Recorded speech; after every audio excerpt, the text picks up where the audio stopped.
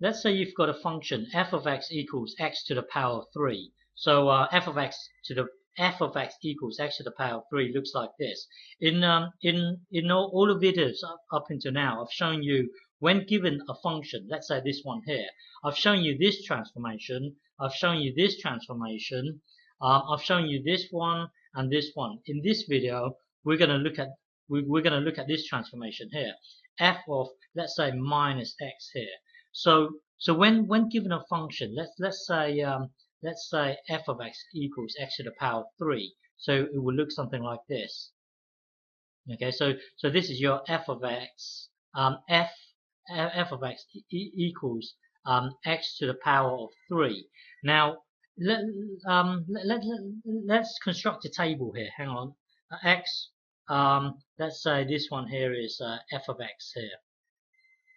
Hang on. So you would construct your table like this: 0, 1, 2, 3, and so on. Okay, and this one here is -1,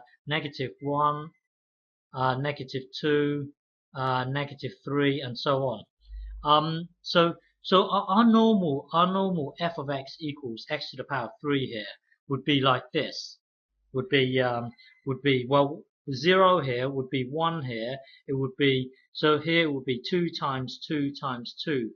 This would be 4 times 2. So this here, these two would be 8. Okay, and this here would be 27, and so on. On the negative side, it would be -1 times -1 times -1. So it's like me saying 1 times 1 times 1, that's 1. But there are 3 negatives. Well, it would be -1. This one here would be -8. This one here would be -27. Now, come to this this function here. Wait there. So f of x now, f of minus x here. So what this means is that suppose you're given a function, let's say f of x equals, I don't know, let's say 3x to the power of 3 plus 2x. Let's just say that. Now when you come to do this, you've got to put negative x. Hang on, you've got to put negative x here into the x itself first, and then you would power it, and then you would times it by 3, and then you also had to put the negative x into here. So given this random function here, when you do this here, f to the this here, it will then become, given this function here, this would then become this. Hang on, you put the minus x into the x itself.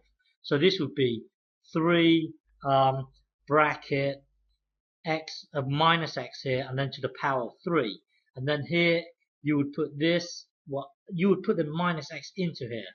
So it would be like that, and then remember that you have to power it first. So this would then become x minus x to the power of 3. Okay, because because you have to do this first, and then it would become that. This here would then become well, 2 times -3. 2 times negative x would be -2x here, and then you would here this would then multiply with this, so it would become this. Hang on, minus 3x to the power of 3, and then here you can take the minus out, so it would then become -2x here. So when given this here, and then you put this into the x itself, then your new function would look like this. Okay, but let's go back to here. So here, hang on, let me just erase this. Bear with me. So hang on. So at the moment we've got f of x equals x to the power of 3. So now if you want to investigate f of, let's say, minus x here. So look what's going on here. When x is let's look at when x equals 2. Okay, so let's extend this down here. Bear with me. Normally our table here, when x is 2, you see when x is 2, if you put 2 into this x here, it will then become f of minus 2. So what that means is, looking at this here, you would put minus 2 into this x here. So it's really like you saying minus 2 to the power of 3. So what goes here is really you stealing f of, well, it's you stealing this 2 over here. Hang on, this is minus 1, minus 2, minus 3. You see, when x is 2 here, when you put the 2 into this thing here, you're in fact working out f of minus 2. So it's you stealing this point, this here, and then putting it into here. Okay, so this here would be minus 8. So let's say if you're 1 here, let's say when x is 1 here, if you put 1 into here, it's really you working out f of minus 1. Well, f of minus 1 is really, well, this is minus 1 here. So f of minus 1 is really you stealing this point here and putting it here. Now, if you look at, let's say, minus 2, if you put minus 2 into this x here, then that would be you working out, well, if you put minus 2 into this here, minus and minus, so that would be positive 2. So really, you're really working out f of positive 2, which is you stealing this, well, this is positive 2 here. So it's you stealing this number 8 and putting it over here. You see, can you see that this here gets, well, they switch around. Look at this. So this here goes over here, and this here goes here, and so on. They're being switched around. You see that? So it's over here, and this one here goes over here. So what's happening is this. Hang on. What's happening is, let's say you've got your function f of x here. F of x equals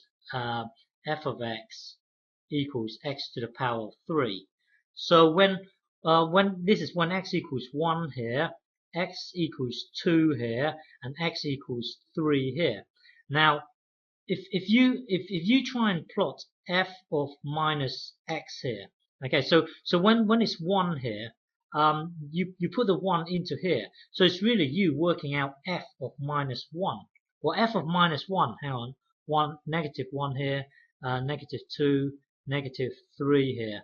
So negative 3 is here, negative 2 is here, negative 1 is here. You see, when you try and work out your new function here, if you put 1 into here, it's you, in effect, working out f of minus 1.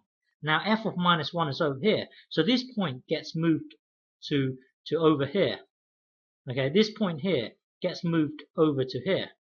Okay, and then when you try and work out 2, if you put 2 into here, it's you working out f of minus 2. Well, f of minus 2, you are stealing this point and putting it over here. So this bit here will then move over here, and then well, when you come to do 3, if you put 3 into here, it's you working out f of minus 3.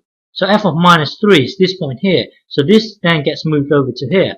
And then if you look on the negative side, when you put negative 1 into here, that's like you working out f of positive 1. Well, f of positive 1 is over here, so this one gets moved over. And then you can use the same argument, and then this one moves over here, this one moves over here. So in effect, you have, well, it would be like a reflection. Hang on.